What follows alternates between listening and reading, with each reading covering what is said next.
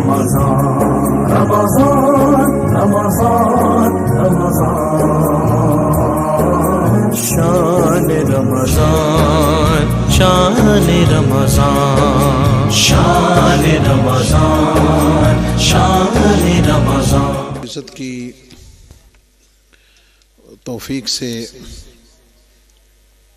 سورہ کہف کی کل 60 آیات تلاوت کی گئی تھیں. آج وہاں سے سورہ کہف کی تلاوت مکمل ہوئی. اس کے بعد 16ویں پارے میں سورہ مریم کی تلاوت مکمل کی گئی اور سورہ طٰہٰ یہ مکمل پڑھی گئی اور 17ویں پارے سے سورۃ الانبیاء کا آغاز ہوا اور آج اس کی 50 آیات تلاوت کرنے کی سعادت حاصل ہوئی. کل چونکہ ہم نے سورہ کہف کی جو بقیہ آیات رہتی تھیں اس میں حضرت موسیٰ علیہ السلام اور حضرت خضر علیہ السلام کا واقعہ موجود ہے. وہ آپ متعدد بار سن چکے ہیں کہ 3 واقعات مختلف پیش آئے اور حضرت موسیٰ علیہ السلام نے خواہش کا اظہار کیا کہ میں آپ کے ساتھ رہوں. تو حضرت خضر علیہ السلام نے اس کنڈیشن کے ساتھ اپنے ساتھ رکھا کہ آپ جو کچھ دیکھیں گے آپ اس پر آبجیکٹ نہیں کریں گے، آپ اعتراض نہیں کریں گے. تینوں واقعات پہ حضرت موسیٰ علیہ السلام معترض ہوئے اور پھر حضرت خضر علیہ السلام نے تینوں کے بعد قال هذا فراق بینی وبینک سأنبئک بتأویل ما لم تستطیع علیہ صبرا. فرمایا اب تیرے میرے راستے جدا ہیں لیکن جاتے ہوئے میں ان تینوں کی حکمت تمہیں بتا دیتا ہوں کہ یہ میں نے خود نہیں کیا بلکہ تینوں کی توجیہ بیان کی اور فرمایا کہ یہ اللہ رب العزت کے حکم سے میں نے کیا ہے. اس میں جو سمجھنے والی چیز ہے وہ یہ ہے کہ حضرت موسیٰ علیہ السلام جو ہیں وہ ظاہر شریعت کے پابند نبی تھے، ظاہر شریعت کے. اور حضرت موسیٰ علیہ السلام ظاہر شریعت کے نبی تھے اور حضرت خضر علیہ السلام وہ طریقت اور مخفی امور کے پابند تھے. تو دونوں کا جو دائرہ علم ہے یا دونوں کا جو اپنا اپنا ڈومین ہے دونوں اپنی جگہ ٹھیک. ایک تو یہ بات ہے. دوسری چیز کہ اللہ رب العزت نے جو چیزیں بندوں سے چھپا کے رکھی ہیں نا ان کے چھپانے میں یہ حکمت ہے. اگر وہ بندوں پر کھل جائے نا تو لوگوں کے لیے بڑی مشکل ہو جائے گی. یہی وجہ ہے کہ بندوں کو ہر حال میں اللہ کا شکر کرنے کا حکم دیا گیا ہے. مشکل میں صبر کریں، نعمت میں شکر کریں. اور یہاں پہ مجھے وہ بڑی ایک دلچسپ بات یاد آ رہی ہے جو آپ سب کے لیے بڑی کارآمد ہوگی کہ ایک بستی کے لوگوں نے نا اللہ تعالیٰ سے شکایت کی کہ مولا بڑی پریشانیاں ہیں، بڑے دکھ ہیں، تو ان سے نجات دے. اللہ تعالیٰ نے فرمایا باہر بستی سے باہر نکلو اور جس کو جو پریشانی ہے نا وہ نکال کے باہر رکھ دے. وہ سب کی پریشانیاں اکٹھی ہو گئیں.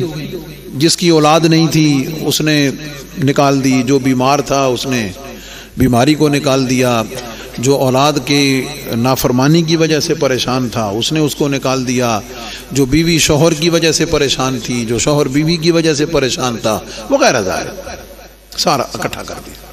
جب سارے فری ہو گئے نا تو اللہ تعالیٰ نے آواز دی بھی بندو بات یہ ہے کہ تم دنیا میں ہو. یہ پوائنٹ ذرا یاد رکھیے گا، یہ ہم جو گھبرا جاتے ہیں نا یہ میں اس میں سمجھانے کی. اللہ فرمایا بھئی یہ دنیا میں ہو تو دنیا میں رہتے ہوئے کم از کم ایک پریشانی تو لینی پڑے گی، اس کو پلے باندھ لیں، کم از کم ایک پریشانی تو لے۔ اب مور جو ہے نا وہ جب اپنے پر پھیلا کے اپنے حسن کو دکھاتا ہے نا، سمجھ آ گئی، تو دنیا آشش کرتی ہے، وہی جب اپنے پاؤں دیکھتا ہے تو پریشان ہو جاتا ہے نا اللہ تعالیٰ نے۔ تو آپ اگر جو بھی میرے بھائی بہنیں بیٹیاں سن رہی ہیں وہ اگر دیکھیں نا تو کوئی نہ کوئی منیمم ایک چیز ایسی ہے جو ان کو نہ کرتی رہتی ہے کہ یار باقی سارا کچھ ٹھیک ہے پر اے جڑی چیز ہے نا یار اتھے آ کے رہ گیا، تو بھئی ایک چیز تو لینی پڑے گی۔ اللہ نے فرمایا بھئی یہ ان میں سے نا اپنی پسند کی ایک پریشانی اٹھاؤ جو تمہیں ہلکی لگتی ہے، کم لگتی ہے، لینی تے پینی ایک ایک چکو۔ اب حکم تھا سب نے اٹھا لی، لیکن جب وہ اٹھا لی نا سمجھ آ گئی، وہ جڑا رزق والو پریشان سی وہ کینسر لے کے جا رہا ہے، جو اولاد والو پریشان سی وہ بڈھی بدتمیز لے کے جا رہا ہے، کی خیال ہے؟ کوئی نہ کوئی پریشانی لے کے جا رہا ہے۔ وہ گھنٹے دو لنگے انہاں آکھیا مولا جیڑی توں دتی سی نا جو تو نے دی ہوئی تھی نا وہ وہی ٹھیک ہے، وہ ہماری برداشت میں ہے۔ اور قدرت کا قانون یاد رکھیں، لا یکلف اللہ نفسا الا وسعها، اللہ تعالیٰ کسی پر اس کی ہمت سے بڑھ کے بوجھ نہیں ڈالتا۔ وہ اگر کوئی دی ہے نا تو اللہ تعالیٰ نے دو چیزیں رکھی ہیں، یا تو اس کو برداشت کرنے کی ہمت ایبلٹی رکھی ہے ایک، یا پھر یہ بھی ایک بڑا سمجھنے والا ہے، یا پھر ایک کوئی ایسی چیز ایکسٹرا دے دی ہے۔ ہاں یہ بھی دیکھیں آپ، کوئی اور چیز ایکسٹرا دے دی ہے اور اس کی کمپنسیشن کر دی ہے۔ بات سمجھ گیا؟ ایک اگر شخص مطلب اللہ سب کو صحت، اگر کوئی پاؤں سے معذور ہے نا تو اللہ تعالیٰ نے اس کو یاداشت اتنی دی ہوئی ہوگی کہ جو ایک کامن مین کو نہیں ہوگی۔ کیا خیال ہے؟ تو کوئی نہ کوئی چیز اگر کمی ہے نا تو اللہ تعالیٰ نے اس کے ساتھ کوئی چیز دوسری رکھ کے اس کو برابر کیا ہوا ہے یا اس سے بہتر۔ ہاں یہ ایک الگ بات ہے کہ ہم اس کو ڈسکور کیسے کرتے ہیں، ہم اس کو سمجھتے کیسے ہیں، ہم اس کو انالائز کیسے کرتے ہیں۔ جب ہم سوچ لیں گے نا تو آپ یقین جانیے سجدے میں سر رکھنے کے سوا کچھ نہیں ملے کہ مولا تیرا بے بہا شکر ہے، بے حد و بے حساب شکر ہے۔ تو یہ جو اللہ تعالیٰ نے جو چیزیں مخفی رکھی ہیں نا بندوں سے، چھپا کے رکھی ہیں، ان کی ٹو نہیں لینی چاہیے۔ وہ اللہ نے جو چھپا کے رکھی ہیں نا انہوں نے پیچھے نہ پو۔ یہی وجہ ہے کہ شریعت جو ہے، اسلام اور شریعت، وہ ظاہر پہ حکم لگاتی ہے۔ بس ایک شخص مسلمانوں میں آتا ہے، نماز پڑھتا ہے، اللہ کی عبادت کرتا ہے، جب وہ مر جائے گا دوسروں پر لازم ہے کہ اس کی جنازہ پڑھیں، اس کی دعائیں مغفرت کریں اور مسلمانوں کے قبرستان میں دفن کر دیں۔ اندر سے کیا تھا یہ اندر والا جانے، جس کو علم ہے وہ جانے۔ تو ظاہر جو ہے تو حضرت موسیٰ علیہ السلام ظاہر کے تھے۔ وہ تین واقعات جو ہوئے، کشتی کو توڑ دیا، بچے کو مار دیا، دیوار کو سیدھا کر دیا، تو جب وہ تینوں واقعات وہاں سے نکلنے لگے نا، الگ ہونے لگے، تو حضرت موسیٰ علیہ السلام کو خضر علیہ السلام نے فرمائے ٹھہر جاؤ، جاتے ہوئے نا ذرا اس کی حکمت میں تمہیں بتائے دیتا ہوں تاکہ تمہیں پتہ ہو کہ یہ جو کچھ میں نے کیا ہے یہ میں نے اپنی مرضی سے نہیں کیا۔ اما السفینہ فکانت لمساکین یعملون فی البحر فاردت ان اعیبها وکان وراءہم ملک یاخذ کل سفینۃ غصبا۔ فرمایا جو میں نے کشتی کا پھٹا توڑا تھا نا تو وہ مسکینوں کی تھی جو کشتی چلا کے اپنی کمائی کرتے تھے، مفہومی ترجمہ ہے۔ میں نے اس کو عیب دار کر دیا کیونکہ دوسری طرف جو بادشاہ ہے نا وہ صحیح کشتیاں پکڑ رہا تھا تاکہ ان کی روٹی روزی کا سلسلہ چلتا رہے۔ لیکن کمال یہ ہے کہ حضرت خضر علیہ السلام نے اس کشتی کا پھٹا توڑ دیا لیکن پانی کشتی میں نہیں آیا۔ ساتھ فرمایا وَأَمَّا الْغُلَامُ، جہاں تک اچھا فَأَرَدْتُ أَنْ أَعِيبَهَا، فرماتے ہیں اس کو عیبدار میں نے کیا ہے. اس نقطے کو یاد رکھیے گا. 12 جو لڑکا میں نے قتل کیا، فرماتے ہیں فَكَانَ أَبَوَاهُ مُؤْمِنَيْنِ، اس کے ماں باپ دونوں مومن ہیں، مسلمان ہیں. فَخَشِينَا أَن يُرْهِقَهُمَا طُغْيَانًا وَكُفْرًا، ایسا ہو سکتا تھا کہ بیٹا جو ہے وہ کافر ہو اور بیٹے کی محبت کی وجہ سے کہیں ماں باپ بھی کافر نہ ہو. فَأَرَدْنَا، ہم دونوں نے ارادہ کیا، اللہ کا بھی اور میرا بھی. فَأَرَدْنَا، ہم دونوں نے یہ ارادہ کیا کہ ہم اس کے بدلے میں زیادہ پاکیزہ نیک صالح بیٹا اس کی جگہ پر ہم ان کو دے دیں گے. وَأَمَّا الْجِدَارُ فَكَانَ لِغُلَامَيْنِ يَتِيمَيْنِ فِي الْمَدِينَةِ وَكَانَ تَحْتَهُ كَنْزٌ لَهُمَا وَكَانَ أَبُوهُمَا صَالِحًا. فرمایا جو دیوار سیدھی کی تھی نا، وہ 2 یتیم بچوں کی تھی جو شہر میں رہتے تھے، اور اس دیوار کے نیچے ان بچوں کا خزانہ دفن تھا. ابھی اگر وہ دیوار گر جاتی، خزانہ کھل جاتا، لوگ لوٹ مار کر لیتے، بچے محروم رہتے. دیوار سیدھی کر دی ہے، بچے بڑے ہو جائیں گے، نکالیں گے، استعمال میں لائیں گے. اور یہ نیکی بچوں کے ساتھ کیوں کیا ہے؟ یہ بھلائی بچوں کے ساتھ کیوں کی ہے؟ وَكَانَ أَبُوهُمَا صَالِحًا، ان دے وڈ کے نیک آن، ان کے ماں باپ نیک تھے. اس کا کیا مطلب ہے کہ اگر کوئی خاندان میں بڑا نیک ہو، اللہ تعالیٰ اس کی برکتیں ان کی آنے والی نسلوں کو بھی عطا کرتا ہے. اس کی خیر جو ہے تسی سارے اسی جتنے کوئی بیٹھے ہیں نا جناب، کوئی اللہ دی بارگاہ کو سجدہ کو، رکوع کو، نماز کو، تلاوت کو، درس کو، قرآن کو، نماز کو، روزہ کو، حج کو، باقی جو ہے نا، اگر میں اور آپ پیچھے غور کریں نا تو یا ماں کی برکت ہے یا باپ کی یا دادی نانا کوئی نہ کوئی نہ.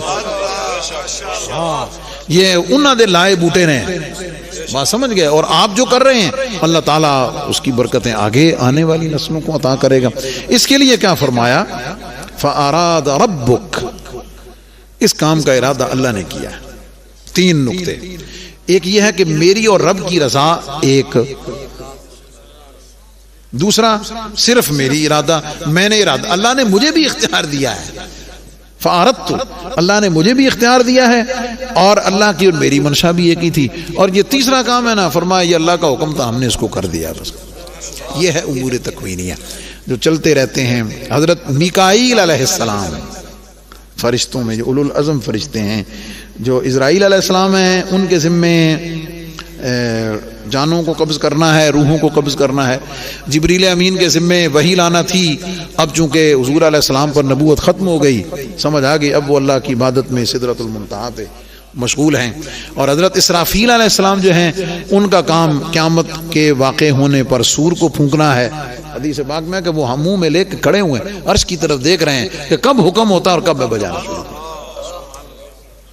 اور جو حضرت میکائیل علیہ السلام ہیں، ان کے ذمے امور تکوینیہ ہیں، بارش کا، ہواؤں کا، موسم کا، پھلوں کا، باقی چیزیں یہ جتنی ہیں نا امور تکوینیہ، اللہ رب العزت نے ان کے ذمے لگائے ہوئے ہیں. تو یہ اللہ تعالیٰ نے اپنا نظام ہے، اس میں سے پھر حصہ ملتا ہے اولیاء کو، اللہ کے نیک بندوں کو، مقرب بندوں کو اپنے اپنے علم، تقوی، پرہیزگاری اور اللہ کی رحمت کے مطابق ان کو اختیارات اور وہ چیزیں عطا ہوتی ہیں.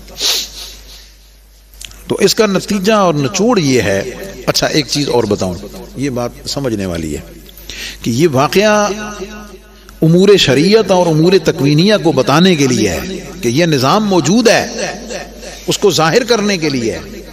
لیکن اب میں اور آپ، حضرت موسیٰ علیہ السلام بھی اور نبی کریم صلی اللہ علیہ وسلم اور آپ کی اتباع میں اس وقت میں اور آپ ظاہر شریعت کے معیار اور اس کے پابند ہیں. ہاں ہوں اتنے کوئی اگر داتا صاحب بیٹھا ہوئے نماز دے ٹائم، تراوی دے ٹائم ہیں تے اتنے جماعت نال نہ پڑھے، انہوں پوچھئے وہ تو کیوں نہیں پڑھ رہا، وہ کہے جناب میں روحانی نماز پڑھ رہا ہوں. سمجھ آ گئی؟ تے انہوں سمجھ آ گئی، انہوں سمجھایا جائے گا. اور میں یہ تو نہیں کہہ سکتا کہ لتر پھیریے. سمجھ آ گئی؟ ظاہر ہے داتا صاحب بیٹھے ہیں اور یہ جی کم تو نہیں نہ کر سکتے. ان کو سمجھایا جائے گا کہ جناب نماز روح دی بھی ہوندی ہے، لیکن وہ روح جس کا جسم پہلے پڑھے، ہاں الگ روح دی نماز کوئی نہیں. ٹھیک ہے، الگ روح کی نماز کوئی نہیں ہے، وہ جسم کے ساتھ ہے، جب جسم آتا ہے تو ساتھ اس کی روح بھی اللہ کی عبادت کے لیے جہاں موجود ہے اس کے ساتھ آ جاتی ہے۔ تو جو اسی طرح جو ظاہر شریعت کا حکم ہے ہم، میں اور آپ اس کے پابند ہیں، اس کی کوئی ایسی توجیہ، اس کی کوئی ایسی تشریح، کوئی ایسی جسٹیفیکیشن جو قرآن و سنت کے خلاف ہو، وہ نہ پہلے قابل قبول تھی نہ اب قابل قبول۔ بھائی اس سے بڑی کیا بات ہوگی؟ بھائی آپ نے علماء سے سنا ہوگا، حضور سیدنا غوث پاک رضی اللہ تعالیٰ عنہ، وہ بادل سفید آ گیا اور اس میں سے آواز آئی کہ عبد القادر میں نے تیری عبادت ساری قبول کر لی ہے۔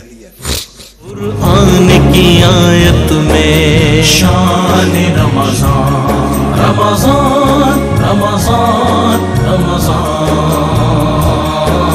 شان رمضان، شان رمضان، شان رمضان، شان رمضان، رمضان رمضان رمضان، شان رمضان، شان رمضان، شان رمضان، شان رمضان۔